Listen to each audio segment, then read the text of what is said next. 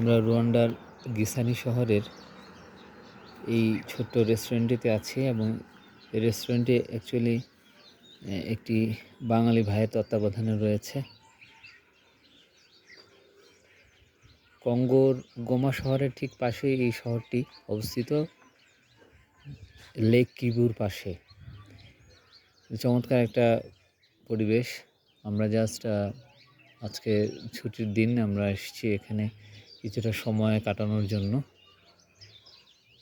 একটু পরে আমরা আবার অন্য একটা ভিন্ন জায়গায় যাব, সেখানে নাকি গরম পানি মাটির নিচ থেকে উঠে।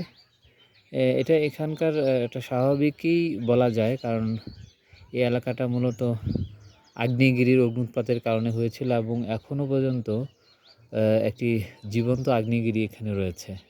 আগ্নেয়গিরিটির নাম হচ্ছে নিরোগঙ্গা আগ্নেয়গিরি, যেটা অবশ্য এই রুয়ান্ডার পাশেই যে গোমা শহর, মানে নর্থ কিবু প্রভিন্সের, সেটা ডিআরসি, ডেমোক্রেটিক রিপাবলিক অফ কঙ্গোর নর্থ কিবু প্রভিন্সের রাজধানী গোমা শহর থেকে 20-25 কিলোমিটার দূরেই এই জীবন্ত আগ্নেয়গিরিটি রয়েছে। তো দেখেন, এই দূরে দেখা যাচ্ছে যে একটি বোট যাচ্ছে এই লেকে। এই লেকের একটা বৈশিষ্ট্য রয়েছে, লেকে প্রচণ্ড গ্যাস থাকার কারণে এখানে সাধারণত কোনো মাছ ওরকমভাবে বসবাস করতে পারে না, মাছ এখানে পাওয়া যায় না। তো এটা একটা বিচিত্র বৈশিষ্ট্য হচ্ছে এই লেকটির।